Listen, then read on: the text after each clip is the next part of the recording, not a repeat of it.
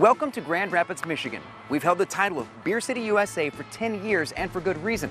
There are more than 40 craft breweries within a 30-minute drive, but only one of them serves beer in a former funeral home. Our pub is in the chapel of what used to be a funeral home.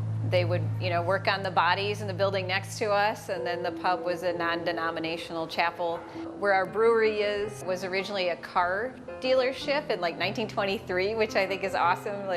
There weren't many cars in 1923, right? The space now occupied by Brewery Vivant has seen many changes through the years, from a funeral home to a car dealership, at one point even a popular spot for kids. So we'll have people come in and they'll be like, oh, I was here for my grandmother's funeral, back in whatever time. And then my children were at the daycare here, and now I'm having a beer. And the history of the family who started Brewery Vivant is just as interesting.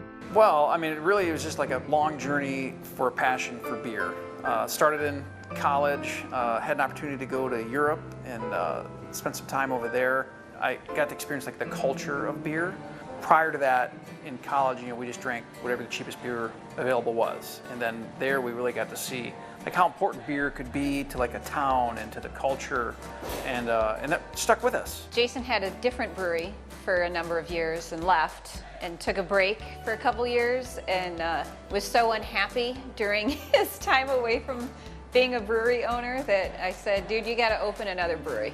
So then we decided to do it together.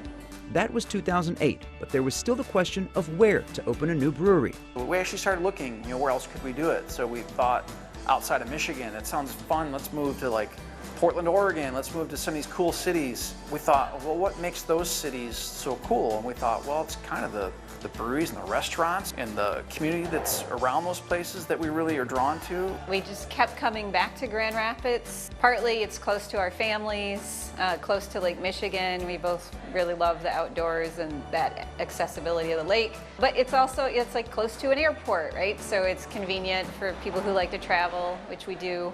The decision was made to open in Grand Rapids, and by 2010, Brewery Vivant welcomed its first customers, offering European-inspired beer and the fanciest bar food this area had ever seen.